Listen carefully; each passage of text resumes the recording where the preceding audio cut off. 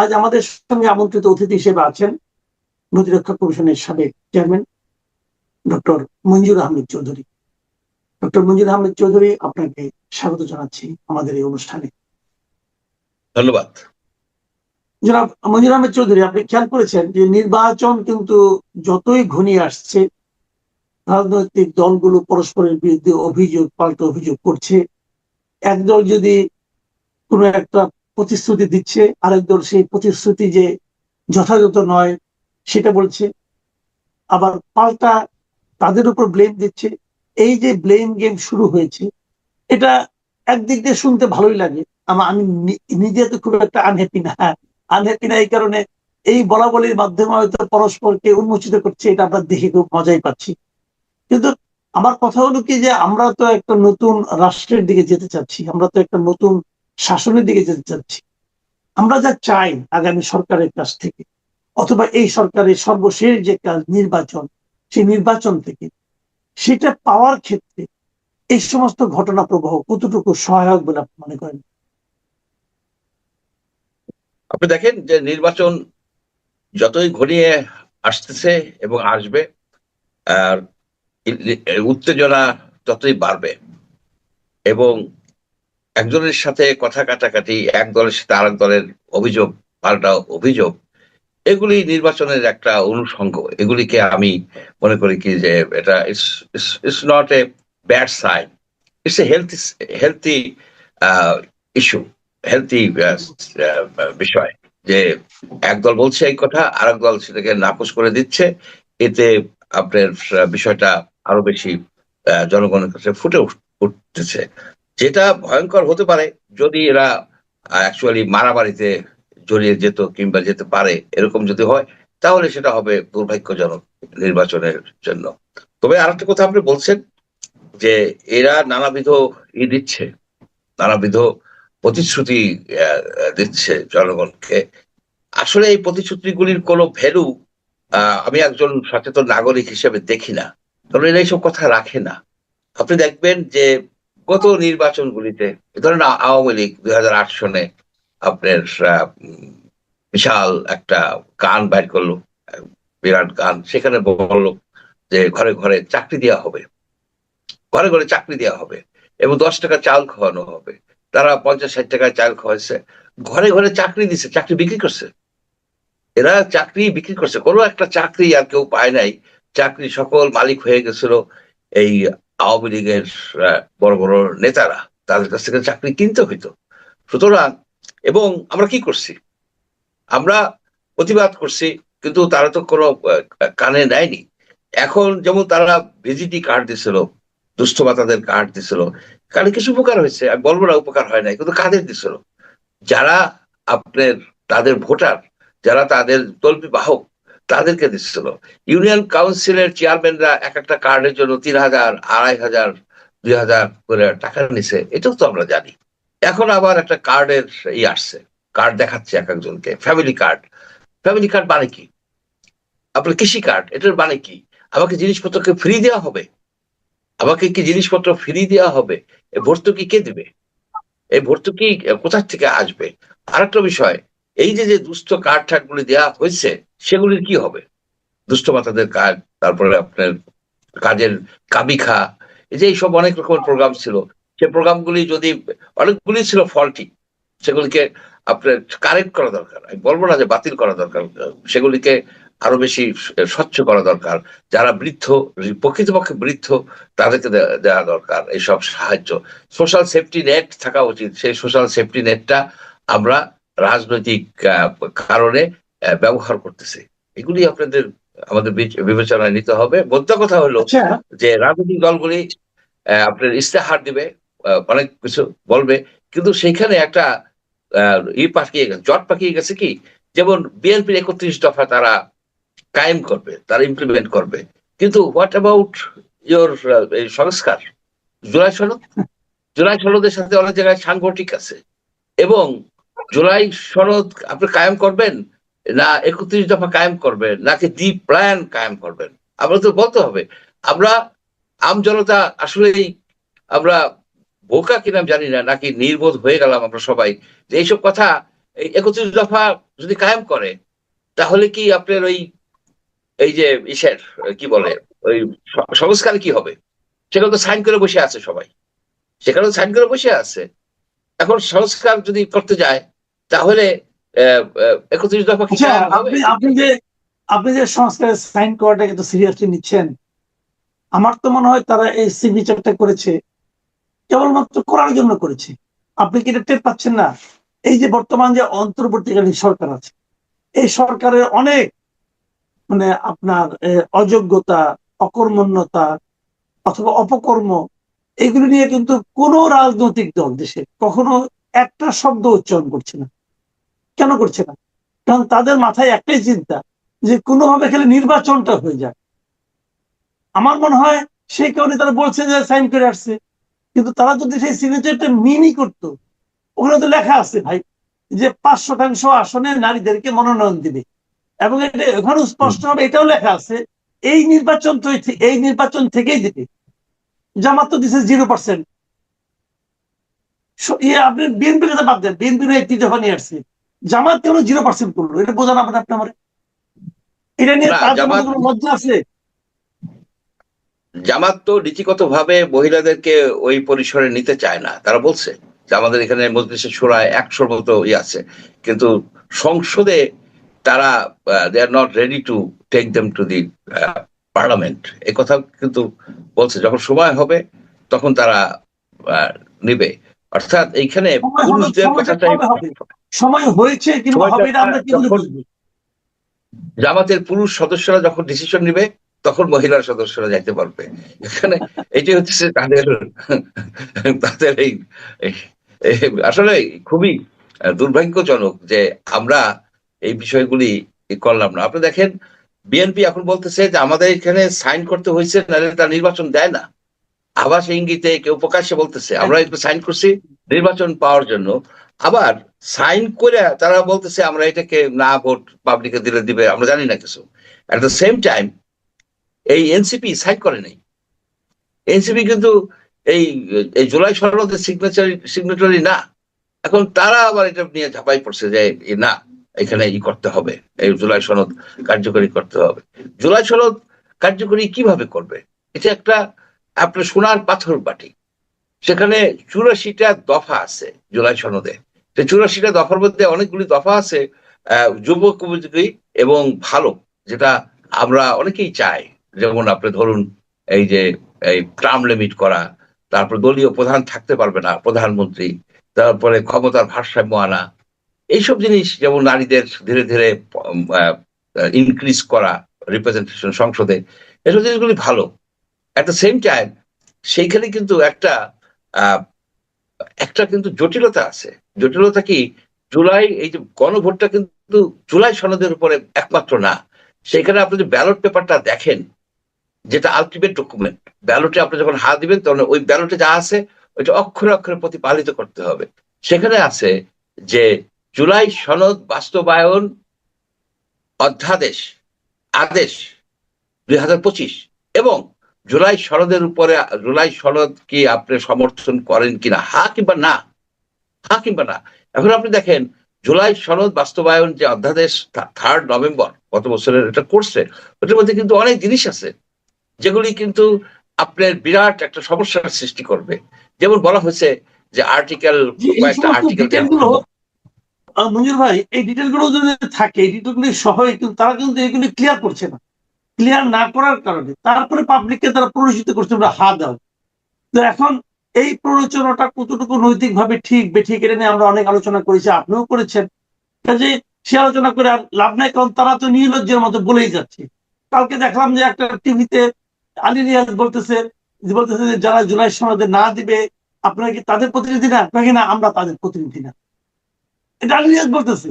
আলী রিয়াজ যদি তাদের প্রতিনিধি না হয়, তাহলে তাদের ট্যাক্সের টাকা কি তার বেতন হচ্ছে না? তো হচ্ছে না। এই লোকগুলি তো নির্লজ্জ, আপনি কি বলবেন? যাই হোক, আমি একটু অন্য প্রশ্ন। এই লোকগুলি শুধু নির্লজ্জ নয়, এগুলি আপনার এদের ব্রেনে গার্বেজ বোঝায়, কতগুলি বিদেশি শকুন, আমি এদেরকে বিদেশি শকুন বলি, শকুন যখন ডেড বডি থাকে সেখানে তারা আইসা উড়ে উড়ে আসে, এই বিদেশি শকুনগুলি আইসা আপনার বাংলাদেশকে তছনছ করে দিচ্ছে। আলী রিয়াজ একটা ইন্টারভিউ আমি দেখছি, সেখানে সে বলছে যে আমি হা ভোটের পক্ষে। সেইখানে আপনার নৈতিকভাবে সরকার কোনো দিতে পারে না, সরকার এখানে নিরপেক্ষ ভূমিকায়, সরকার তো জনমত যাচাই করতে চাচ্ছে, সে তো জনমত যাচাই করার জন্য ইলেকশন কমিশনকে বলছে যে এই প্রশ্নগুলি আমি দিলাম, এই প্রশ্নগুলির পক্ষে কতজন আছে আর বিপক্ষে কতজন আছে আমি জানতে চাই, তারপরে আমি ডিসিশন নিব। ভালো কথা, তুমি এক পক্ষের এসে দাঁড়াইছো কেন? তুমি যখন বলো যে না ভোট যারা দিবে তারা, আচ্ছা এখন একটা কথা আমি আরেকটা বিষয় নিয়ে আলোচনা করতে চাই, সেটা হলো গিয়া আমরা এতকাল দেখেছি যে বাংলাদেশের প্রধান রাজনৈতিক জাতীয় পার্টি তারা তৃতীয় এবং চতুর্থ দল হিসাবে পুরোনো বড় দলের সঙ্গে মিলে হয় তা শেয়ার নিতে চায় অথবা বিরোধী দলের সঙ্গে একটু শক্ত অবস্থানে থাকতে চায়।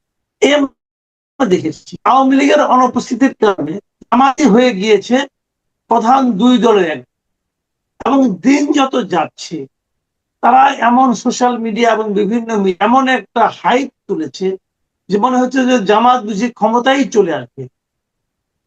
এই ক্ষেত্রে আবার দেখলাম আমি যে আমাদের একজন সাবেক বাংলাদেশের একজন সাবেক কূটনীতিক, মানে ভারতীয় কূটনীতিক আর কি, কারণ ভারতের কূটনীতিকরা এখন কি বলেন না বলেন সেটা তো আমরা একটু আমাদের জন্য ম্যাটার করে। হর্ষবর্ধন শ্রীংলা দূতাবাসের রাষ্ট্রদূত হাই কমিশনার ছিলেন, তিনি বলতেছেন যে নির্বাচনে অনিয়ম হলেই জামাত কেবল ক্ষমতায় আসতে পারবে। তো আমার কথা হলো, প্রশ্নটা আপনার কাছে যেটা, যে আসলে জামাতের সম্ভাবনা আপনি কতটুকু দেখছেন? কথাটা হলো যে নির্বাচনে অনিয়ম ছাড়া জামাত ক্ষমতা আসতে পারবে না, এটা হর্ষবর্ধন শ্রীংলাই বা কিভাবে বলেন? শুনেন, হর্ষবর্ধন শ্রীংলা তো একজন ডিপ্লোম্যাট, উনি ডিপ্লোম্যাটিক ওয়েতে বলছে যে অনিয়ম হলে, অর্থাৎ জামাতের পক্ষে চুরি না করে এইখানে ভালো একটা কিছু রেজাল্ট করা সম্ভব না, এই কথাটাই উনি একটু আড়ালে আপনারে বললেন। আমি আপনার দেখেন জামাতকে আমার কাছে মনে হচ্ছে জামাত সোশ্যাল মিডিয়াকে খুব ক্লেভারলি ইউজ করে তারা একটা হাইপ তৈরি করছে। জামাত এখন আসলে একটা পেপার টাইগার, কাগজে বাঘ। আমি একটা স্ট্যাটিস্টিক্স দেই, আপনি দেখবেন যে গত ৩৫ বছরে ৮টা নির্বাচন হয়েছে, 4টে নির্বাচন হয়েছে কেয়ারটেকারের আন্ডারে, যে নির্বাচনগুলিকে গ্রহণযোগ্য বলে ব্যাপক সংখ্যক লোক মনে করে, বাকিগুলিকে নির্বাচন হিসেবেই ধরে না। যেমন আপনার 14 সনের, 2014 সনের, 18 সনের, 24 সনের, 96 ফেব্রুয়ারি, এগুলি ধরে না, এগুলি কোনো ডাটার কোনো ভ্যালিডিটি নাই। কিন্তু 91 ইলেকশন, 96 জুনের ইলেকশন, 2001 ইলেকশন, 2008 ইলেকশনের যে রেজাল্ট, সে রেজাল্ট মোটামুটি কেন অত্যন্ত গ্রহণযোগ্য হিসাবে গণ্য হয়। এখানে দেখেন জামাত এই 4টা ইলেকশনে টোটাল সিট পাইছে 40টা, এই 4টি ইলেকশনে, 91-এর, 96 জুন, 2001, 2008। সেই ক্ষেত্রে এই 4টি ইলেকশনে জাতীয় পার্টি পাইছে 108টা সিট, মানে 2.5 গুণেরও বেশি, আর বিএনপি পাইছে 479টা সিট, আর আওয়ামী লীগ পাইছে 526টা। এখন আপনার পপুলার ইতে দেখেন, জামাতের এই 4টি ইলেকশনের অ্যাভারেজ ছিল 7.43, মানে পপুলার ভোট, আর জাতীয় পার্টির ছিল 10.43। এখন আপনি চিন্তা করেন যে বিরাট একটা পার্থক্য, কত 3%-এর মধ্যে পার্থক্য। কিন্তু তার থেকে বড় একটা কথা আছে, জামাত এই 40টা সিট পাইছে কোন ইয়ারে? জামাত 91-এ বিএনপির সাথে যখন একটা অলিখিত সমন্বয় ছিল তার, সেই সময় সিট পাইছিল 18টা। আবার 2001-এ যখন আবারও বিএনপির সাথে তারা জোট করে ইলেকশন করছে, তখনও পাইছে 17টা। যখন সে একা ইলেকশন করছে 96 জুনে, সে একা ইলেকশন করছে, সিট পাইছে 3টা। 2008-এ সে একা ইলেকশন করছে, সিট পাইছে 2টা। এখন এই 2টা ইলেকশনের আপনি চিন্তা করে দেখেন, এভারেজ হচ্ছে 2.5টা। মঞ্জুর ভাই, হ্যাঁ, এখানে আপনার কথার সঙ্গে আমি একটু দ্বিমত পোষণ করি। আপনি আগের রেজাল্ট দিয়ে কি সবসময় বর্তমান রেজাল্টকে আপনি প্রিডিক্ট করতে পারেন? যেমন আমি একটা ছোট্ট একটা এক্সাম্পল দিই, যে শ্রীলঙ্কার যে বর্তমান যে পলিটিক্যাল পার্টি, যারা ক্ষমতাসীন পার্টি, ন্যাশনাল পিপলস পাওয়ার, তারা কিন্তু এর আগে নির্বাচনে 2020 নির্বাচনে আসন পেয়েছিল মাত্র 3টা, এইবার তারা পেয়েছে 159টা, পেয়ে তারা ক্ষমতায় গেছে। মানে মাত্র 2 বছরের ব্যবধান। আগের আসন নিয়ে কি বর্তমানের অবস্থানটাকে ব্যাখ্যা করা যাবে? না, আপনি শুনেন, পপুলার ভোটের মাধ্যমে অনেক সময় প্রেডিক্ট করা যায় না। আমরা 2001 সনে কি দেখছি, আপনার সেইখানে এই 0.1% কম ভোট পাইছিল আওয়ামী লীগ, কিন্তু সিট পাইছিল 93টা কম।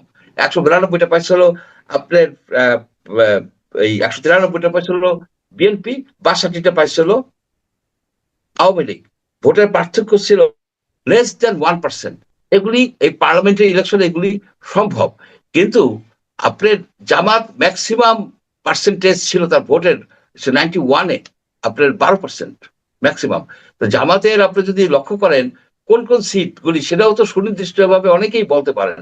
যেমন আপনার সাতক্ষীরায় তার প্রভাব আছে, সেখানে 2টা সিট 3টা সিট সে পেয়ে যাবে, গাইবান্ধায় পেয়ে যাবে, হয়তো আপনার দিনাজপুরে পাবে, আপনার ঢাকায় সে একটা সিট পাবে বলে আমি ধারণা করি না। ঢাকায় সে একটা সিটও পাবে না, তো ভালো করবে, পপুলারিটি তার বাড়বে, পপুলারিটি বাড়বে। কিন্তু এইখানে যদি ফ্রি ফেয়ার ইলেকশন হয়, তাহলে জামাত ম্যাক্সিমাম ম্যাক্সিমাম 20টার বেশি সিট সে পাবে না। কারণ হলো যে তার যেটা ছিল, আওয়ামী লীগের ভোটের আশা সে করছিল, কারণ তারা কেস করে নাই, এবং তারা অনেক আওয়ামী লীগ নেতাদের বাড়িতে চালের বস্তা পাঠাইছে, যারা একটু কষ্টে আছে তাদেরকে হেল্প করছে। সেই যে একটা সহানুভূতি ভোট পাওয়ার যে আশাটা ছিল, সেইটা গুলে গুলে বালি পড়ে গেছে এনসিপি কে যখন নিছে। এনসিপি এবং জামাতের এই যে যে একটা জোট হওয়াটা এনসিপির জন্য ক্ষতিকর হয়েছে। এই নাসিরুদ্দিন পাটোয়ারি ফেস করতেছে, জামাতের সাথে গেছেন কেন? আর জামাতেরও ক্ষতি হয়েছে যে আওয়ামী লীগ বলে তুমি তো এনসিপির সাথে গেছো। এই দুইটা পার্টির জন্য এটা একটা অশুভ ডিসিশন ছিল। আলাদা আলাদা করলে হয়তো তারা কিছুটা বেটার করতে পারতো। এখন আপনি দেখেন যে আমরা সবকিছু নিয়ে আলোচনা করি, জামাত বাঘের বাচ্চা হয়ে আসছে, এই এনসিপি আসছে, বিএনপি আসছে, কিন্তু একটা জিনিস চিন্তা করি না যে বাংলাদেশের 30% মতো ভোটার আছে আপনার আওয়ামী লীগের, তাদের ক্যান্ডিডেট নাই, এবং তারা কিন্তু অনেকটা দিশেহারা, তারা কাকে ভোট দেবে, কেমনে দিবে।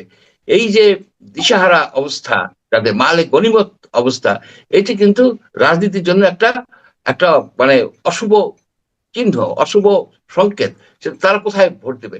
এই আওয়ামী লীগের ভোটকে তারা বিবেচনায় আনে না। বিবেচনায় নাই না, তারা কিন্তু নানাবিধ ক্যালকুলেশন করে যাচ্ছে। এগুলি দেখতে হবে।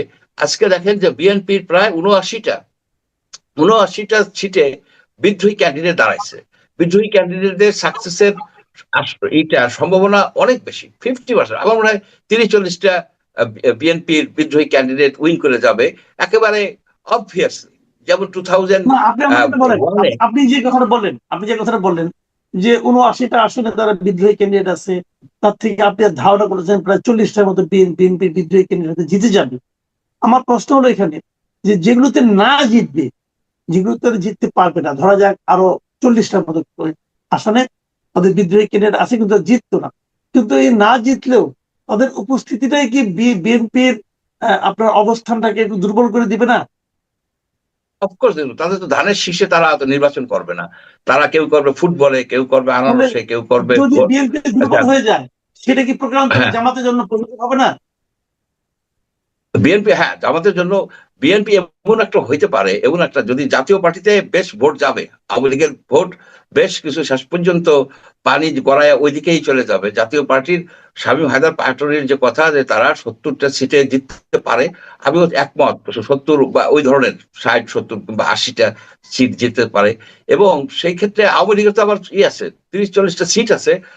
যেভাবে যেই উইন করুক, তারা শেখ হাসিনার বা আওয়ামী লীগের এমপি, আওয়ামী লীগের এমপি, তারা ইন্ডিপেন্ডেন্ট আসবে, কিন্তু তারা আওয়ামী লীগের এজেন্ডা নিয়েই আসবে মাঠে, এটা তো বোঝাই যায়। সেক্ষেত্রে বিএনপির পক্ষে 151টা সিট নাও পাওয়া যেতে পারে, তার হয়তো কোয়ালিশন করতে হইতে পারে, তার ওই বিদ্রোহীদের সাথেই কোয়ালিশন করতে হইতে পারে। কারণ সেটা হবে কোয়ালিশন, কারণ তারা তো ওই ওই সিম্বল নিয়ে আসে নাই, তারা তো বিএনপির ক্যান্ডিডেট হিসেবে আসে, তারা আসছে নিজস্ব ভাবে। সুতরাং একটা কোয়ালিশন গভর্নমেন্ট হওয়ার সম্ভাবনাকে উড়েই দেওয়া যায় না কিন্তু। আচ্ছা, আপনি তাহলে কোয়ালিশন গভর্নমেন্টের একটা সম্ভাবনা দেখছেন?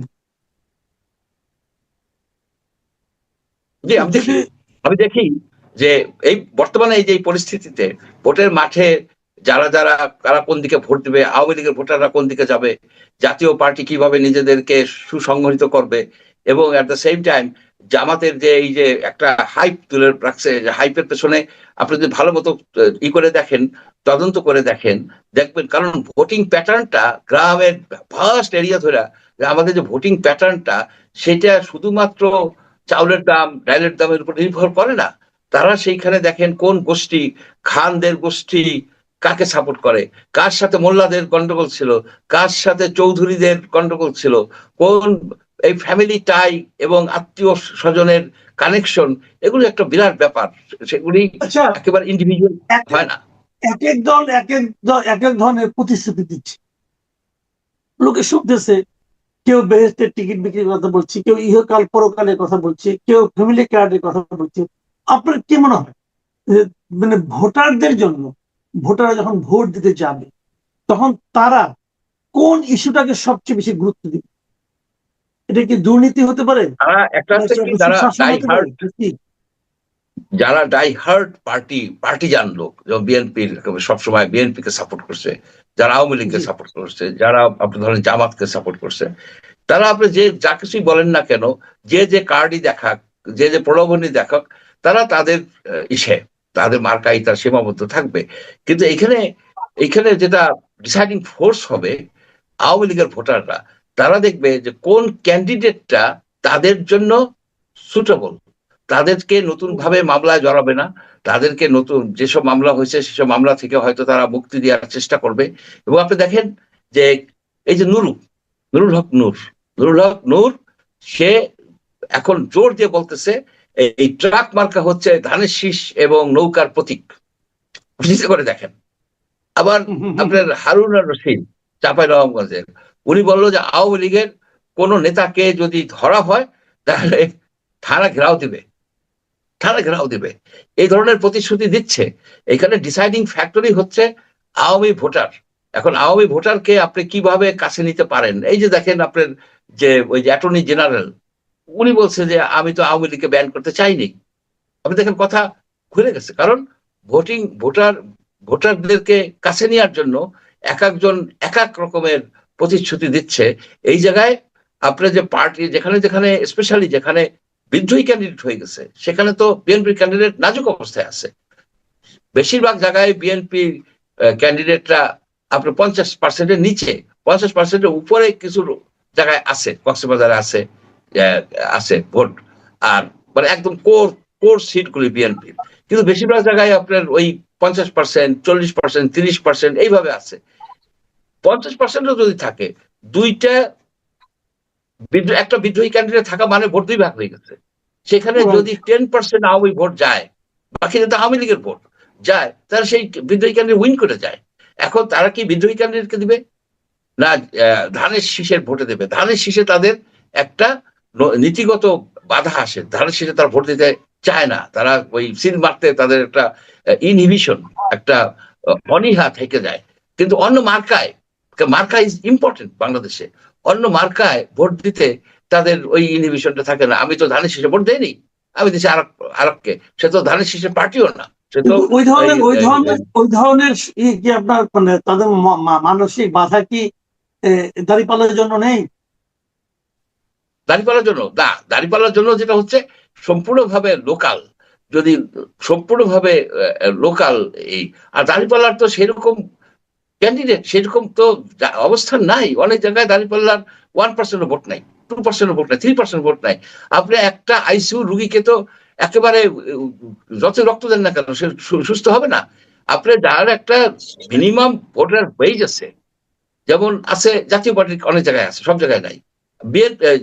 জামাতেরও আছে, জামাতের যেখানে আছে সেখানে হয়েই যাবে, সেখানে তার ভোট ফিক্স করা। এখন কিছু কিছু জায়গায় আওয়ামী লীগের ভোট জামাতে যাইতে পারে এবং যাবেও, পার্সোনাল ইস্যু, যেহেতু তারা মামলা দেয় নাই। সবচেয়ে বিএনপির ক্ষতি হয়ে গেছে যে বিএনপির লোকেরা ব্যাপক মামলা দিছে, মামলা দিয়া, আমি কিছু কিছু কাহিনী জানি, মামলা দিয়া চাঁদাবাজি করছে, ব্যাপকভাবে চাঁদাবাজি করছে। এইটা বিএনপির জন্য সর্বনাশ হয়ে গেছে। আওয়ামী লীগের ভোটাররা মূলত বিএনপির বিদ্রোহী ক্যান্ডিডেটকে ভোট দেবে, মূলত দিলে পরে। সেই জন্যই আমি ওই থিওরির উপর ভিত্তি করে আমি বলতেছি যে বিএনপির এবার বিদ্রোহী ক্যান্ডিডেটদের অনেকেই উইন করবে।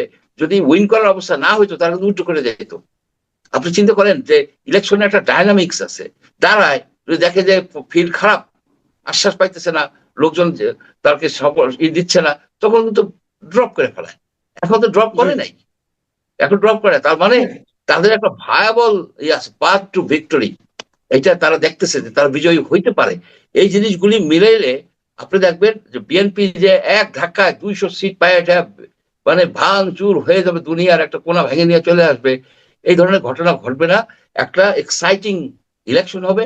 সেই ইলেকশনে আমি প্রেডিক্ট করি বিএনপি মোস্ট লাইকলি কোয়ালিশন করতে হবে তার ক্যান্ডিডেটদের সাথে, তার লোকজন ফরমার তার সাথে মিলে তাদের হয়তো একটা সরকার গঠন করতে হইতে পারে। আর আমি আর একটা জিনিস দেখি, ক্লিয়ার সিগন্যাল দেখি যে জাতীয় পার্টি প্রধান বিরোধী দলে আপনারই হবে, বিরোধী দলের স্থান দখল করে নিতে পারে।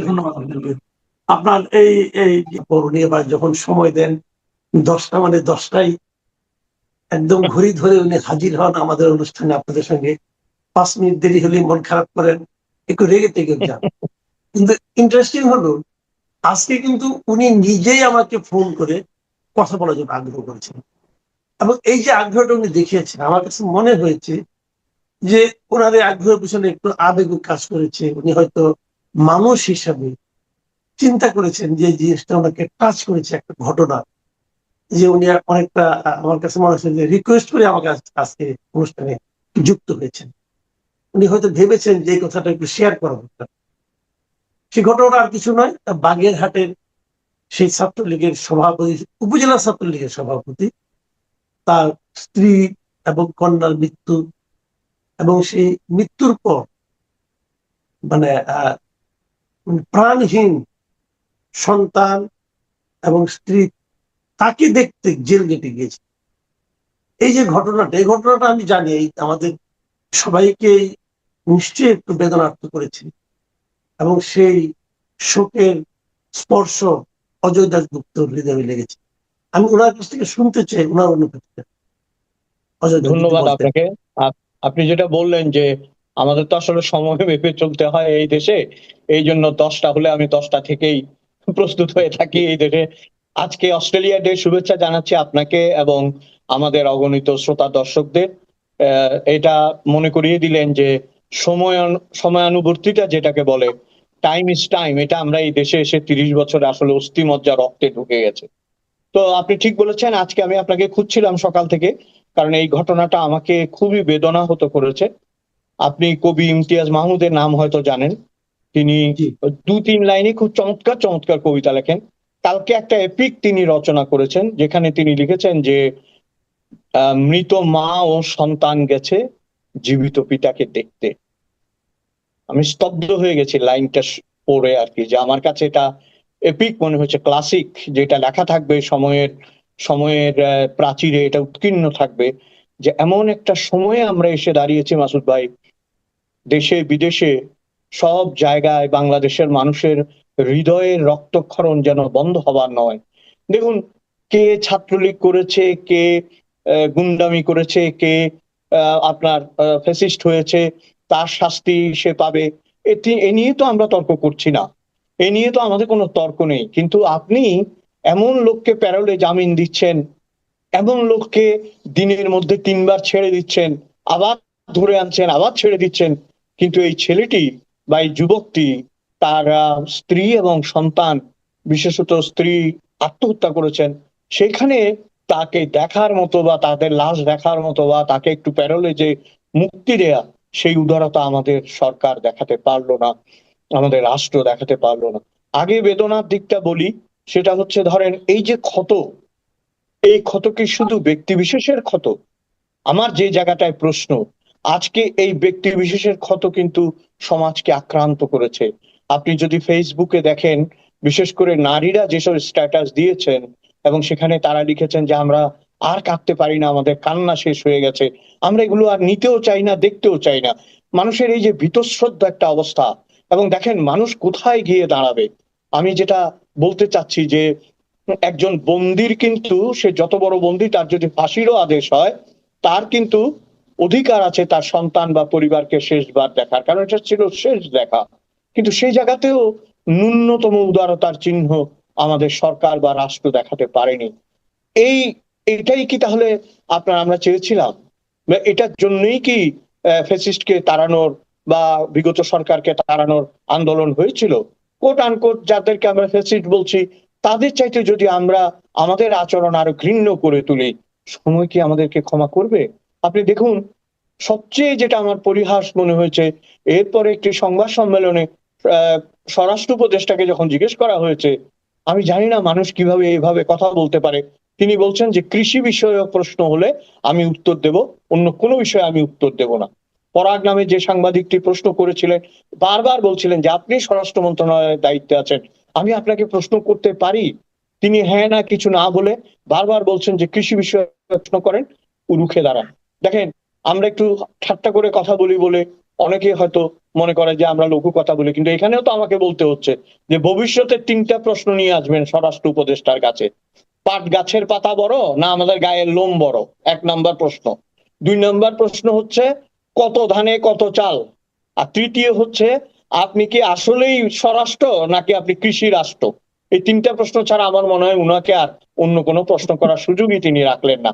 এটার মধ্য দিয়ে যেটা প্রমাণিত হলো যে জবাবদিহিতার যে জায়গাটা, সেই জায়গাটাও আমরা আস্তে আস্তে হারিয়ে ফেলেছি।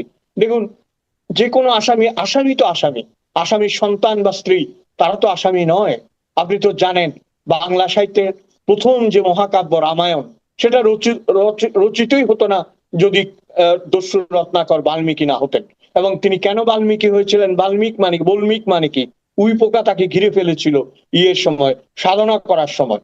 চারদিকে উই পোকা ঘিরে ফেলাতে তার নাম বল্মিক থেকে বাল্মীকি হয়েছিল। এবং এই যে বাল্মীকি রামায়ণ রচনা করেছিলেন, তার কারণ কি? তিনি দস্যুবৃত্তি করতেন। একবার তিনি যাদের ধরে ফেলেছিলেন সাধু টাইপের মানুষ, তারা তাকে প্রশ্ন করেছিল, এই যে তুমি এই কাজ করছো, কার জন্য করছো? বলছে আমার মা বাবা ভাই বোন তাদের জন্য করছি। বলছে তারা কি তোমার দায়িত্ব নেবে? বলে অবশ্যই নেবে। বলছে তুমি গিয়ে একবার জিজ্ঞেস করে আসো তো তারা তোমার দায়িত্ব নেবে কিনা। তখন তিনি বাসায় আসলেন, বাসায় ফিরলেন, ওদেরকে বেঁধে রেখে আসলেন এবং এসে ছেলেকে জিজ্ঞেস করলেন। ছেলে বলছে যে তুমি আমার বাবা, তুমি কিভাবে অন্ন যোগাবে, এটা দায়িত্ব তো আমার না, এটা তো আমি বলতে পারবো না। মেয়েকে জিজ্ঞেস করছে, মেয়ে বলছে তুমি আমার পিতা, তুমি আমাকে অন্ন বস্ত্র বাসস্থান দেবে যতক্ষণ পর্যন্ত আমার বিয়ে না দিচ্ছ, আমি তো এটা দায়িত্ব নিতে পারবো না। মা যখন বলেছে, মা বলছে না, আমি তোমার বৃদ্ধা মা, আমাকে ভরণ পোষণের দায়িত্ব তোমার, কেউ দায়িত্ব নেয়নি। তখন তিনি বুঝতে পেরে সাধু হয়ে গিয়েছিলেন এবং বাল্মীকি হয়েছিলেন। তো আজকে যেটা হচ্ছে, এই তার যে কৃতকর্ম, সাদ্দাম নামে যে যুবকটি, তার কৃতকর্মের দায় কি তার স্ত্রী এবং সন্তান নেবে? এইটাই কি আমরা শিখেছি? এটাই কি আমরা জানি? এবং এটাই কি তাহলে আমাদের ভবিষ্যৎ? এই প্রশ্নটা আমি করতে চাই। জি, কিন্তু একটা বিষয় আপনি, আপনার আবেগ অবশ্যই আমাকেও স্পর্শ করেছে, আমার ধারণা আমাদের দর্শকদেরকেও এটা অবশ্যই টাচ করবে। কিন্তু একটা জিনিস বলা হচ্ছে, বিশেষ করে প্রশাসনের পক্ষ থেকে বলা হচ্ছে যে তারা তো আসলে প্যারোল চায়নি, তারা প্যারোল চেয়েছে বাগেরহাট জেলা প্রশাসকের কাছে। কিন্তু উনি যেহেতু ছিলেন যশোর জেলে, অতএব যশোর জেলা প্রশাসকের কাছে চাইতে হতো, এবং সেটা চাইনি বলে প্যারোল দেওয়া হয়নি, মানে এগুলো বলা হচ্ছে আর কি। তো এই সমস্ত প্রশ্নের জবাব আপনি কি দিবেন? এই সমস্ত অজুহাতের জবাব কি দিবেন? হ্যাঁ, এখন আমি, ধরেন আমি আর আপনি লাশ বা অন্য একজন লাশ হয়ে গেছে, এখন কিভাবে মরেছে, কোন থানায় মরেছে, কোন থানায় জিডি করলে ভালো হতো, এটা কি আসলে এখন আর ম্যাটার করে? এটা তো হিসাব নিকাশের ঊর্ধ্বে চলে গেছে না? এখানে সবচেয়ে বড় বিষয় হচ্ছে রাষ্ট্র ও সরকারের মানবিকতা, মানবিক মূল্যবোধ। সেই বিষয়টাই এখানে তারা হাজির করতে পারেননি। আমার কেন জানি মনে হচ্ছে তারা তাড়াহুড়ো করছেন, তাদের হয়তো যাবার সময় হয়ে এসছে।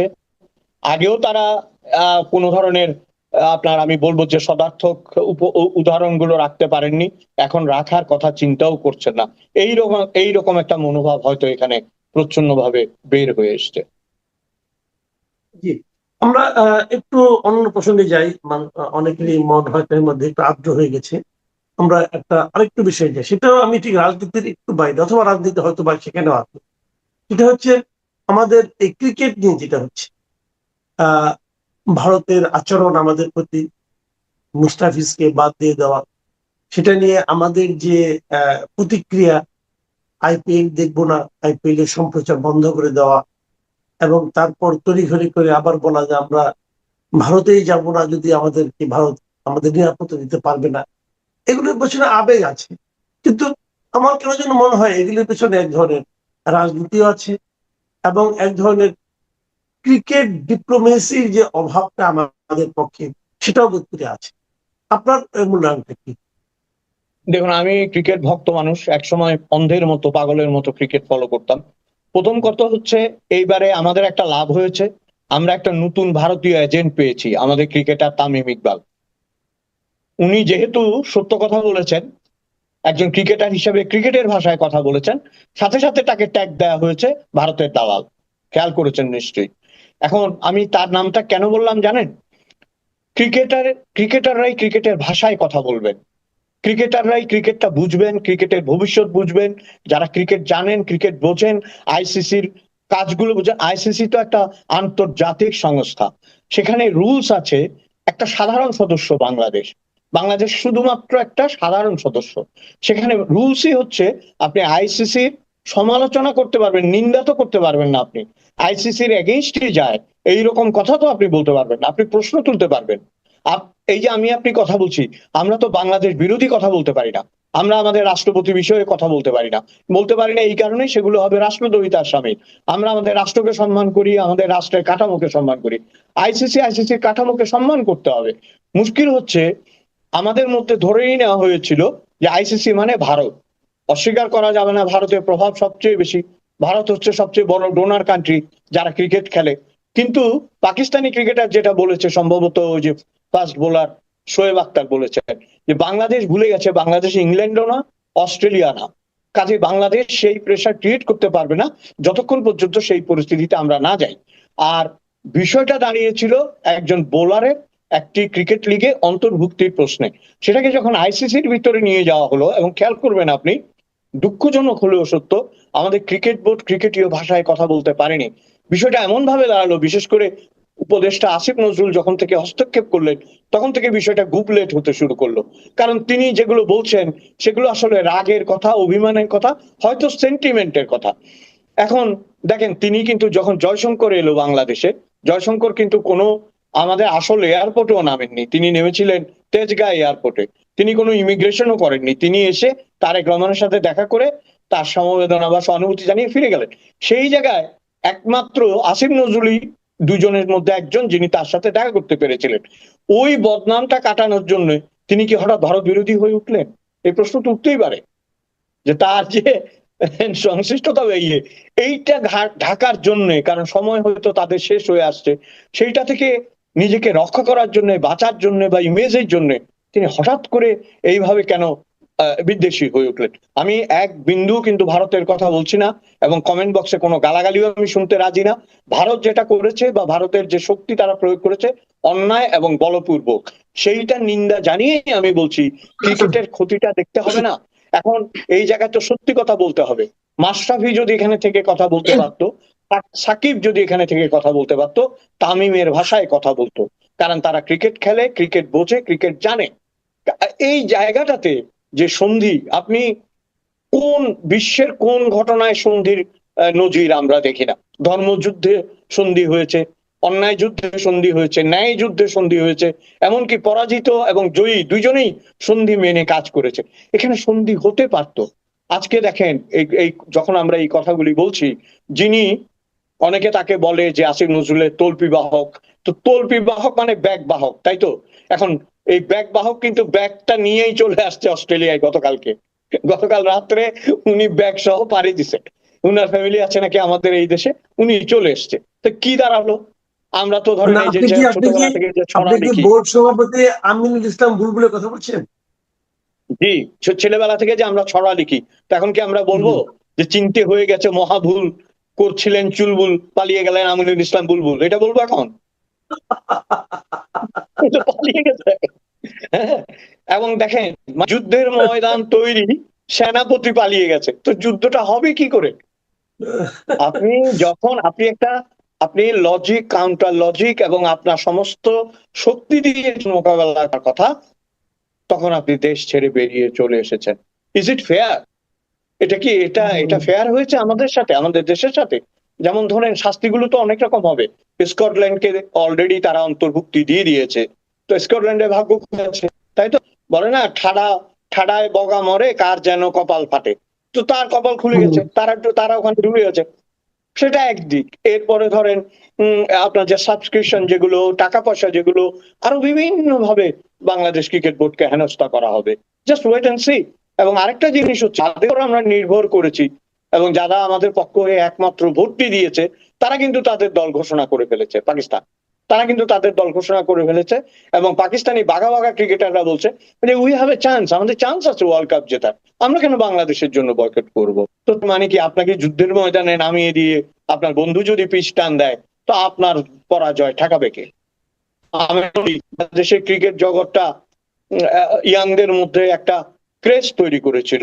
অনেক আপত্তিকর বিষয় এবং আজে বাজে বিষয় থেকে ক্রিকেট তাদের দূরে সরিয়ে রাখতো। এখন সেই বিষয়টাও তো ক্রমাগত ভাবে ব্যাহত হতে থাকবে। কারণ আপনি যখন আইসিসি থেকে বেরিয়ে যাবেন, আবার ঢোকা, আবার করা, এগুলি অনেক হ্যাসেলের কাজ, অনেক আপনার প্রক্রিয়ার কাজ, এবং এটা আমি মনে করি একটা দীর্ঘমেয়াদী কুপ্রভাব আমাদের ক্রিকেটের উপর পড়েছে, এবং এটা অব্যাহত থাকবে। আচ্ছা, আমরা আলোচনার শেষ পর্যায়ে চলে এসেছি। কিন্তু এটা তো সত্য যে আমরা রাজনীতি নিয়ে কথা বলতে ভালোবাসি, রাজনীতির কথা শুনতেও ভালোবাসি, এবং আমাদের দর্শকদেরও একটা বড় অংশ আপনার কাছ থেকে কিছু রাজনৈতিক বক্তব্য শুনতে চায়, রাজনৈতিক দলগুলো সম্পর্কে আপনার মূল্যায়ন শুনতে চায়। সেই প্রসঙ্গে একটু আসি। নির্বাচন ঘনিয়ে এসেছে, কিন্তু 2 সপ্তাহের একটু বেশি সময় বাকি আছে। এই সময়ের মধ্যে যে নির্বাচনী প্রচারণা চলার কথা ছিল, একটা সাজ সাজ রব, আপনি দূরে আছেন হয়তো টের পাচ্ছেন না, আমরা কাছে থেকেও কিন্তু সেটা দেখতে পাচ্ছি না। নির্বাচনী যে খুব একটা হইচই, নির্বাচন নিয়ে মানুষের মধ্যে মানে সার্বক্ষণিক আলোচনা, সেরকম কিন্তু আমরা দেখছি না। এক ধরনের কেমন যেন সব নীরব। এখনো মানুষের মধ্যে সন্দেহ দেখতে পাচ্ছি, অনেকে বলা বলি করছেন যে 12 তারিখে নির্বাচন আদৌ হবে কিনা। এই সন্দেহ কিন্তু মানুষ থেকে দূর হয়নি। আবার এর মধ্যে আরেকটা জিনিস যেটা আমি লক্ষ্য করছি, অনেকে, যেমন আমরা শুরুতে ভেবেছিলাম যে বিএনপির সঙ্গে জামাতের প্রতিদ্বন্দ্বিতা, এটা তো হবে একটা একপাক্ষিক একটা যুদ্ধ, কিন্তু সেটা যে মানে একটা জোরালো হতে পারে, এটা মনে হয় প্রথমবার দেখলাম। যে এবার বলা বলি হচ্ছে, মাঠের কথা বলতে পারবো না, ভোটারের মনে কি আছে জানি না, কিন্তু বিশেষ করে সোশ্যাল মিডিয়ায় আমরা দেখছি বলা বলি হচ্ছে যে জামাত নাকি বেশ প্রতিদ্বন্দ্বিতা তৈরি করছে, এবং জামাত নাকি এমনকি ক্ষমতায় চলে আসতে পারে। জামাতের একাধিক লিডারের সঙ্গে আমার দেখা হয়েছে, তাদের বডি ল্যাঙ্গুয়েজের জন্য আমি একটা চেঞ্জ পাই। তারা যেন মানে বেশ আত্মবিশ্বাস দিয়ে কথা বলছে, এবং তারা একটা কথা বলছে, নির্বাচনটা কিন্তু হতে দেন, দেখেন কি হয়। এই যে দেখেন কি হয় এটা বলার, তারা তাদের যে একটা দৃঢ়তা, আপনি কি মনে করেন এই প্রেক্ষাপটটা আসলে কিভাবে তৈরি হলো? আচ্ছা, প্রথমে কথা নিরপেক্ষ ভাবে, গান্ধীর দেশ ভারত, নেহেরুর দেশ ভারত, সুভাষ বসুর দেশ ভারত, সেই দেশে কি বিজেপি ক্ষমতায় আসেনি? বিজেপি তো একটি ধর্মভিত্তিক দল। কংগ্রেসের লৌহ কঠিন দুর্গ ভেদ করে কমিউনিস্টদের আপনার মাথার উপর কাঁঠাল রেখে আজকে কি বিজেপি সেখানে শাসন করছে না কয়েক টার্ম ধরে?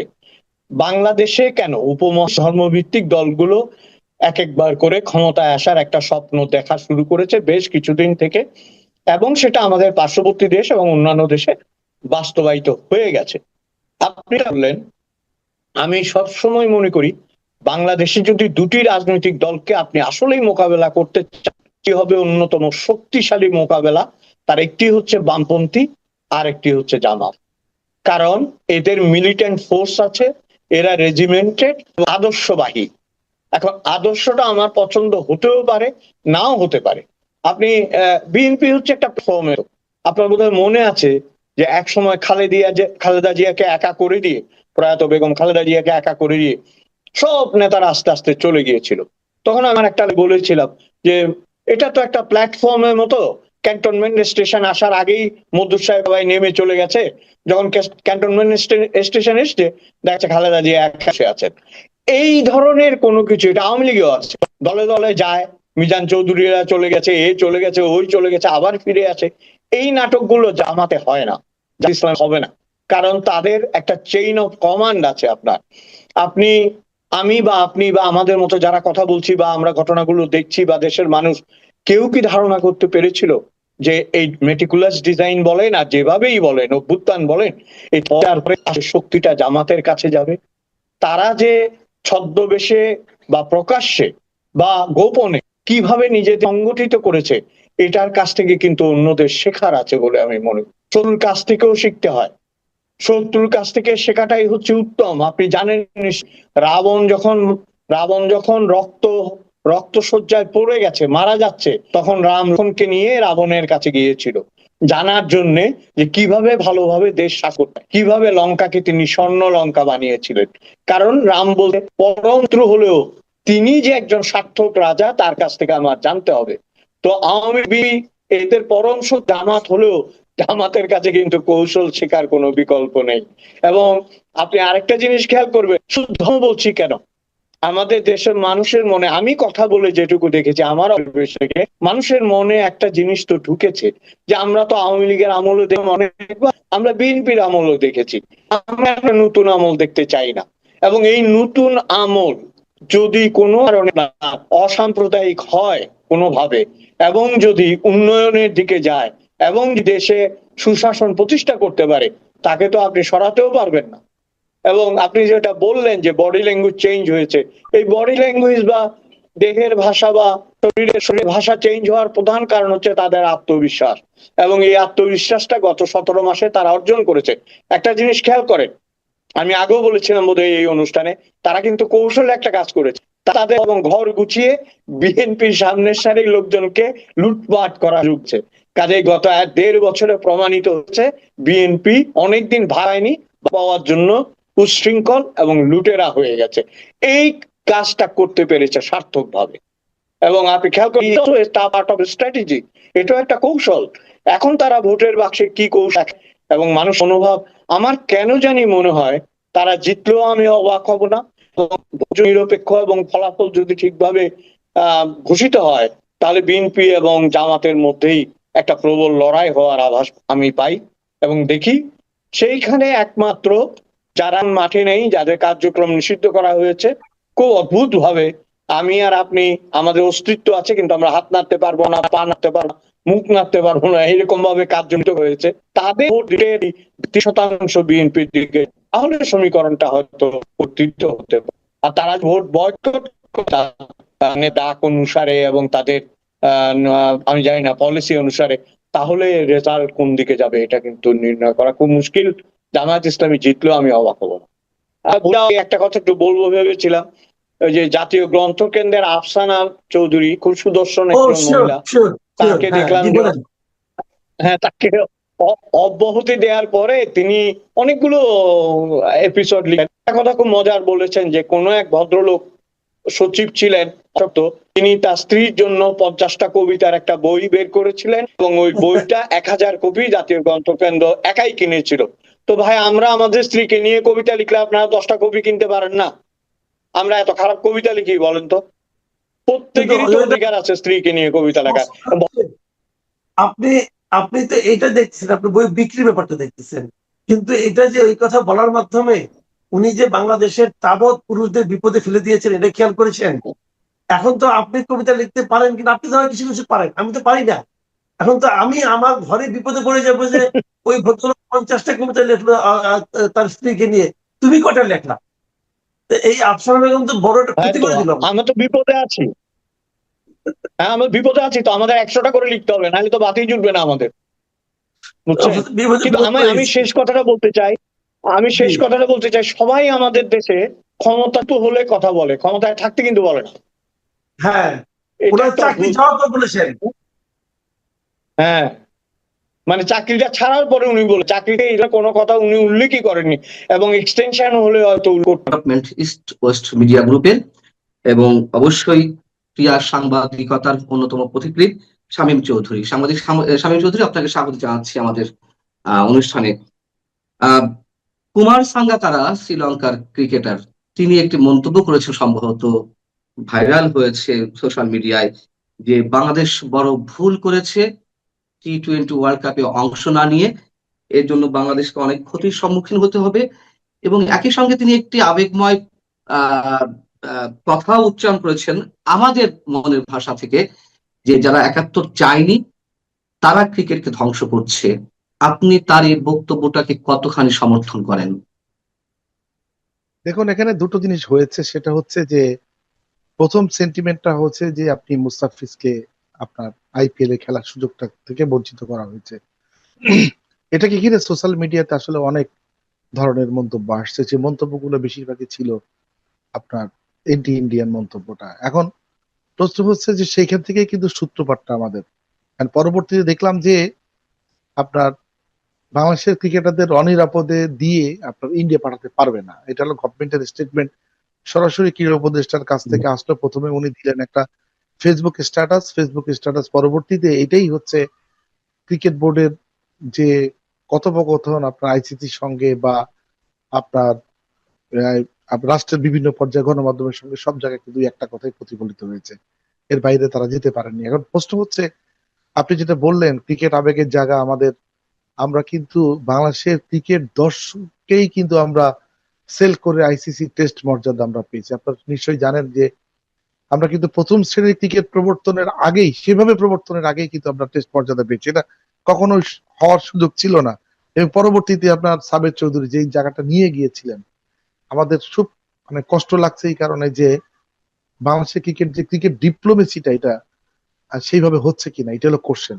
এই কোশ্চেনটা এখন আসছে যে দেখেন, আপনি কিন্তু একটা এই মুস্তাফিজ ইস্যুর পর থেকে গত 3 জানুয়ারি থেকে শুরু করে আইসিসি সভার যে সর্বশেষ সিদ্ধান্ত 25 জানুয়ারি পর্যন্ত, একটা লম্বা সময় ছিল কিন্তু, অর্থাৎ 22-23টা দিন সময় ছিল আমরা ডিপ্লোমেসি ক্রিকেট সেভাবে করতে পারছি কিনা, যেটা দিয়ে কিন্তু আমরা আবার অবস্থানটা সুসংহত করতে পারতাম। এটা কিন্তু প্রশ্ন উঠছে। এই যে আপনি কুমার সাঙ্গাকারা যে স্ট্যাটাসটা দিলেন, আমি আপনাকে বলে রাখি 2014 সালে আপনার কিন্তু বাংলাদেশে কিন্তু T20 ওয়ার্ল্ড কাপ অশনি সংকেত ছিল হবে কিনা। কারণ হচ্ছে এমন একটা সময় T20 ওয়ার্ল্ড কাপটা ছিল ফেব্রুয়ারি মার্চের দিকে, যখন হচ্ছে নির্বাচন পূর্ব সহিংসতা এবং নির্বাচন পরবর্তী সহিংসতা মাঝখানে ছিল ওই জায়গাটা। তার আগে এশিয়া কাপ ছিল, ঠিকই আপনার নির্বাচনকালীন সহিংসতা যে চলছে সারা দেশব্যাপী। তখন সারা দেশে আপনি জানেন যে 154টা আসনে বিনা প্রতিদ্বন্দ্বিতা নির্বাচিত হয়েছিল তখনকার সরকারি দল সমর্থিতরা। এমন একটা সিচুয়েশনে কিন্তু আমাদের এশিয়া কাপ এবং T20 ওয়ার্ল্ড কাপ কিন্তু হোস্টিং কিন্তু আমরা কিন্তু হারাইনি কেন হারাইনি? তার অন্যতম কারণ হচ্ছে কি, যে আপনি শ্রীলঙ্কা ভারতের একনিষ্ঠ সমর্থন, বিসিসিআই পূর্ণ সমর্থনের কারণে এবং শ্রীলঙ্কা ক্রিকেটের পূর্ণ সমর্থনের কারণেই আমরা এই জায়গাটা রিবিল্ড করতে পারছি যে না, আমাদের রাষ্ট্রীয় পর্যায়ে যা কিছু হোক না কেন, রাজনীতি নিয়ে যা কিছু হোক না কেন, ক্রিকেটে এটা আক্রান্ত হবে না। এবং সেটাই ঘটেছে। T20 ওয়ার্ল্ড কাপ সেবার রেকর্ড সংখ্যক টিকিট বিক্রি হয়েছে প্রতিটা মাঠে। তখন তো 3টা ভেন্যুতে খেলা হয়েছিল, ঢাকা, চট্টগ্রাম এবং সিলেট। ঢাকা মানে মিরপুর স্টেডিয়াম, যেটা 3টে স্টেডিয়ামে প্রতিদিন দর্শক কানায় কানায় পূর্ণ হতো। অর্থাৎ আমরা প্রমাণ করতে পেরেছি যে আমাদের রাজনৈতিক সহিংসতা রাজনীতিটাকে বাইরে রেখে ক্রিকেটে চলমান রাখা সম্ভব। এবং আন্তর্জাতিক বৈশ্বিক ক্রিকেটে আমাদের প্রধান সম্পদই হচ্ছে সমর্থকরা। আপনি দেখেন, একটা জিনিস বলি আপনাকে, বাংলাদেশে কিন্তু টেস্ট মর্যাদা শুরু থেকে দ্বিস্তর বিশিষ্ট টেস্টে ফেলানোর জন্য অনেক চেষ্টা করা হয়েছে। টেস্টের রেলিগেশন প্রথা আইসিসি প্রবর্তন করার প্রস্তাব এনেছে। আমাদেরকে দ্বিস্তর বিশিষ্ট টেস্টে নিয়ে আমাদেরকে রেভিনিউ থেকে বঞ্চিত করার একটা পায়তারা করেছে। কিন্তু ক্রিকেট ডিপ্লোমেসির কারণে কিন্তু কখনো এটা পারে নাই আইসিসি। আমাদের ওই জায়গাটা অনেক সুসংগত ছিল। আজকে আমরা যেই আপনার ভিত্তির উপর দাঁড়িয়ে আছি, আমাদের আইসিসির সবচেয়ে বড় হচ্ছে আইসিসি টেস্ট ফান্ড, যেটা হচ্ছে আমরা অ্যারাউন্ড $27.44 মিলিয়ন আমরা আইসিসির কাছ থেকে প্রতি বছর পাই। অঙ্কটা কিন্তু অনেক, যে অঙ্কটা একসময় ছিল। আপনি যদি দেখেন বাংলাদেশ ক্রিকেট বোর্ডের বার্ষিক আয় ব্যয় রিপোর্টে, অডিট রিপোর্টে এই অঙ্কটা আপনি 65 to 70% চলে আসে টোটাল যে ক্রিকেট বোর্ডের রেভিনিউর মধ্যে, যেটা আপনি রেভিনিউ বাজেট করেন তার মধ্যে, কারণ আপনি বছরে 3টা ইনস্টলমেন্ট প্রতি 4 মাস অন্তর অন্তর এই টাকাটা ক্রিকেট বোর্ড পেয়ে যায় অ্যাকাউন্টে যত। আর এইবার যে আপনি আইসিসি টি20 ওয়ার্ল্ড কাপ খেলতে গেলেন না, এখানে আপনার কিছু জায়গা মিস করেছেন। সেটা হচ্ছে আপনার অ্যাপিয়ারেন্স মানি ছিল $3 লাখ, আর ছিল হচ্ছে আপনি যে যদি 5 থেকে 12-র মধ্যে থাকতে পারতেন তাহলে আপনি আর $4,75,000, অর্থাৎ কি $7,75,000 আপনি মিস করেছেন এই ওয়ার্ল্ড কাপে না যে। আর কি কি ধরনের ক্রিকেট ক্ষতির সম্মুখীন হওয়া লাগতে পারে বাংলাদেশকে এটিকে কেন্দ্র করে? এইটা হচ্ছে এখন দেখার বিষয় যে এই জায়গাটা থেমে যায় কিনা। যদি এই জায়গাটা থেমে যায়, ক্রিকেট বোর্ড যদি নতুন করে আবার দুতিলেই করতে পারে, একটা পরবর্তী নির্বাচিত সরকার এসে যদি আবার তারা যদি আইসিসির সাথে সুসম্পর্ক তৈরি করতে পারে, তাহলে হয়তোবা এই জায়গা থেকে আমরা বেরিয়ে আসতে পারবো। আমরা এইটুক দণ্ড নিয়েই এইটুক ক্ষতি নিয়ে আমরা থামতে পারবো। যদি তা না হয়, আপনি খেয়াল করে দেখবেন সেপ্টেম্বরে কিন্তু আপনার ইন্ডিয়ার ইন্ডিয়া ক্রিকেট টিমের বাংলাদেশ সফরে আসার কথা। এটা ছিল গত বছরেই। গত বছরে যেহেতু আপনি অগস্ট বিপ্লবের কারণে, রাজনৈতিক সহিংসতার কারণে ওনারা ইন্ডিয়া ক্রিকেট টিম আসতে পারে নাই, এক বছর পিছিয়ে দিয়েছে। এখন এই সফরটা যদি আপনার না হয়, তাহলে বাংলাদেশ ক্রিকেট বোর্ড বড় ধরনের একটা আর্থিক ক্ষতির মুখোমুখি হবে। সে আর্থিক ক্ষতির মুখোমুখিটা কি, একটা ইন্ডিয়া সিরিজ যদি আপনি করেন, অ্যারাউন্ড 100 কোটি টাকা আপনার আসে ক্রিকেট বোর্ডের তহবিলে। সেই টাকা দিয়ে কিন্তু আপনি পরবর্তী 4টা 5টা 6টা সিরিজ করতে পারতেন, মানে বাইলেটারাল সিরিজ। সেই জায়গাটা আপনার একটা বড় ধরনের ধাক্কা খাওয়ার শঙ্কা আছে যদি ইন্ডিয়া না আসে। আমি আশা করব যে এই নির্বাচন পরবর্তী ক্রিকেট বোর্ডের যে আপনার ডিপ্লোমেসিটা আবারও আগের পদ্ধতি অনুসরণ হবে এবং সেখানে আপনার প্রতিটা পূর্ণ সদস্য বাংলাদেশকে তার ক্রিকেট এগিয়ে নেওয়ার জন্য সহযোগিতা করবে। আহ, আপনি ক্রিকেট ডিপ্লোমেসির কথা বলছিলেন এবং নিঃসন্দেহে আপনার কথার মধ্য দিয়ে রাজনীতির প্রসঙ্গটা এসেছে।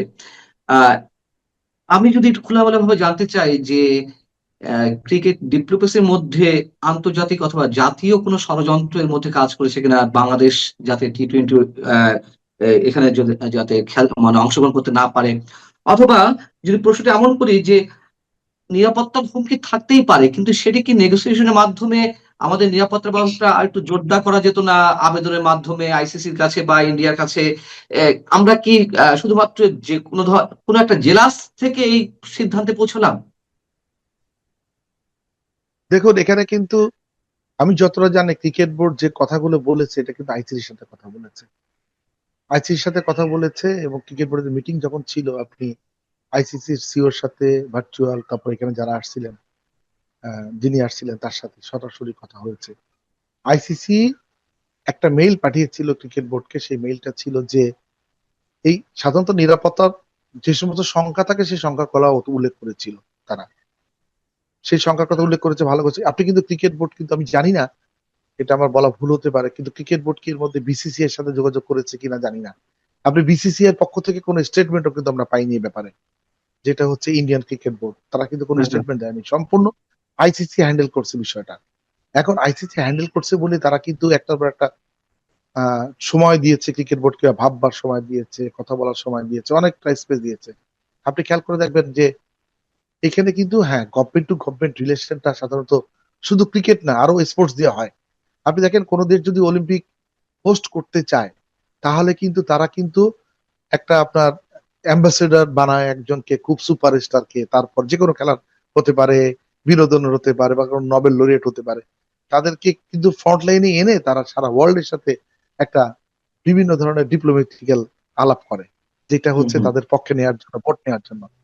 একই অবস্থা ক্রিকেট দিয়েও কিন্তু আপনি এই সমস্ত জায়গা কিন্তু দুতিয়ালি করতে পারেন। আমি আপনাকে একটা রেফারেন্স দিই, পাকিস্তানের মাটিতে কিন্তু তাদের কিন্তু হোম সিরিজ, তারা মানে পাকিস্তানের মাটিতে ক্রিকেট হারিয়ে গিয়েছিল প্রায়, সরি, সেখানে কিন্তু রবি রাজাকে প্রেসিডেন্ট করার পরে, পিসিবি প্রেসিডেন্ট করার পরে কিন্তু, পিসিবি চেয়ারম্যান করার পরে কিন্তু এই জায়গাগুলা পলিটিক্যাল আপনার যে অবস্থানগুলো বিভিন্ন দেশের সাথে বা ডিপ্লোম্যাটিক্যাল, সেই জায়গাটা কিন্তু ক্রিকেটিং রিলেশনটা বাড়ছে। আপনি অস্ট্রেলিয়া পাকিস্তানের মাঠে এসে খেলেছে, ওয়েস্ট ইন্ডিজ পাকিস্তানের মাঠে এসে খেলেছে, ইংল্যান্ড পাকিস্তানের মাঠে এসে খেলেছে, নিউজিল্যান্ড পাকিস্তানের মাঠে এসে খেলেছে, যারা দীর্ঘদিন পাকিস্তানের মাঠে যায়নি।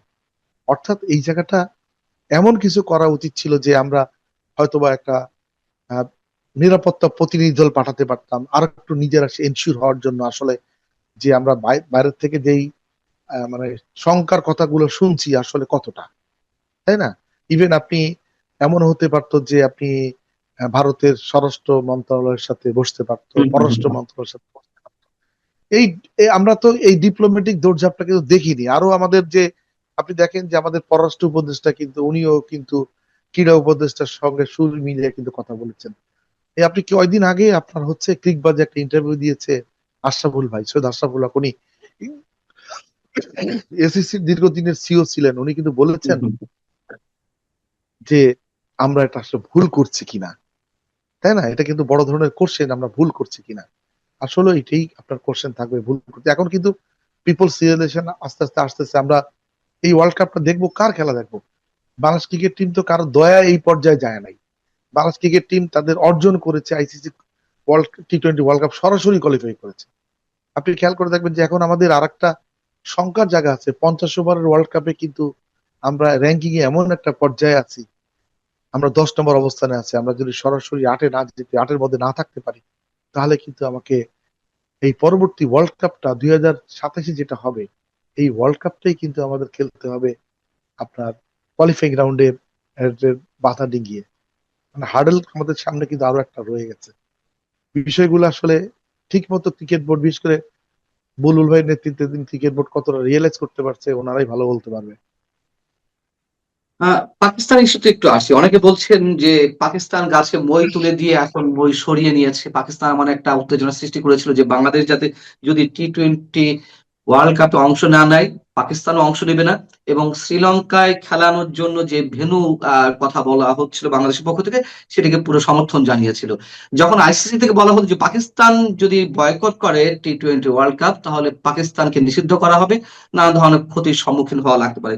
আমরা দেখলাম তার পরপরই পাকিস্তান তার ঘোষণা করলো, এবং আহ সরকারের সাথে পিসিবির একটি বৈঠক হওয়ার সম্ভাবনা রয়েছে বা কথা রয়েছে। আহ পাকিস্তান কি আহ তারা তাদের মতো ডিপ্লোমেসিটা বেশ ভালো করেই করলো বাংলাদেশকে ক্ষতি করার জন্য? মানে এই জায়গায় একটু, মানে এখন এই বিষয়টা তো বেশি আলোচিত বিষয় হয়ে যাচ্ছে, তাই না, রাজনীতির বিষয়টা। আপনি কি দেখুন, বলবেন আমি এখানে? পান্না ভাই, আমি যেটা বলি আপনাকে সেটা 2020 সালে কিন্তু আওয়ামী লীগ সরকার ক্ষমতায় ছিল, তখন কিন্তু আমরা পাকিস্তান সফর করেছি। তখন কিন্তু আপনার আমাদের সফরকে ঘিরে কিন্তু কেউ প্রশ্ন তুলে নাই। কারণ হচ্ছে ওই জায়গাটা কিন্তু ক্রিকেটিং রিলেশন ঠিক রাখার জন্য আমরা আগে পাঠিয়েছিলাম ওমেন্স টিমকে, তারপরে পাঠিয়েছি আমরা বাংলাদেশ ন্যাশনাল টিমকে। 2 ধাপে ন্যাশনাল টিম গিয়েছেন পাকিস্তানে, টোটাল চার্টার ফ্লাইট করে পেয়েছেন পাকিস্তানে, এবং তারা আপনার যেটা বলে যে পাঁচ মাত্রার যেটা আপনি সর্বোচ্চ নিরাপত্তা, যেটা প্রেসিডেন্ট প্রোটোকল দেন বা প্রাইম মিনিস্টার প্রোটোকল দেন, সেটা তারা দিয়েছে। হচ্ছে আপনি পাকিস্তান কিন্তু বাংলাদেশের ক্রিকেটের পাশে সবসময় ছিল। আপনি দেখেছেন যে তারা কিন্তু আমাদের টেস্ট মর্যাদার প্রস্তাবক। তারপরে হচ্ছে যে আবার তারা কিন্তু 2014 সালে যখন আমাদের টি-20 ওয়ার্ল্ড কাপ শঙ্কার মুখে ছিল, তারা কিন্তু তখন বাংলাদেশের টি-20 ওয়ার্ল্ড কাপ খেলার বিরোধিতা করেছিল আয়োজনের। এখন হচ্ছে পরিস্থিতি এমন হয়েছে, গ্লোবাল পলিটিক্সের সাথে ক্রিকেটকে আসলে জড়িয়ে ফেলা হয়েছে। পাকিস্তানের অবস্থানের সাথে বাংলাদেশের অবস্থানের সম্পর্কটা আসলে আনাটা এই কারণেই আমি মনে করি যে একটু সমীচীন হবে না। কারণ গ্লোবাল পলিটিক্সে পাকিস্তান একটা হয়তো বাহাবা নিতে চাচ্ছে, অথবা পাকিস্তান ফাইনালি পাকিস্তান তো টিমটা ঘোষণা করেছে, অথবা খেলতেও যাবে। আর যদি না খেলতে যায়, সেক্ষেত্রে আইসিসির যে আপনার অ্যাম্বুশ মার্কেটিংটা ক্ষতিগ্রস্ত হবে। এটা সত্য কথা যে ভারত পাকিস্তান ম্যাচ, আপনি এই সম্প্রতি যে বৈশ্বিক আসরগুলো হয়, ভারত পাকিস্তানের মধ্যে যতটা রাজনৈতিক টানাপোড়েন থাকুক না কেন, তারা কিন্তু আইসিসি কিন্তু একটা গ্রুপে ভারত পাকিস্তানকে রাখে। এই কারণেই যে অ্যাটলিস্ট ওই ওয়ার্ল্ড কাপে একটা খেলা এনশিওর করে, যে অ্যাটলিস্ট ভারত পাকিস্তানে একটা খেলা এনশিওর করার জন্য। যদি ভারত এক গ্রুপে পাকিস্তান এক গ্রুপে থাকতো, হয়তো এমন হতে পারতো পুরো আসরেই ভারত পাকিস্তানে খেলা হচ্ছে না, কিন্তু তা কিন্তু করা হয় নাই। এইবারও কিন্তু আপনার পাকিস্তান কিন্তু শ্রীলঙ্কাতে যে না, ভারত কিন্তু শ্রীলঙ্কাতে যে পাকিস্তানের সাথে খেলবে, বিষয়টা কেমন দাঁড়াচ্ছে না?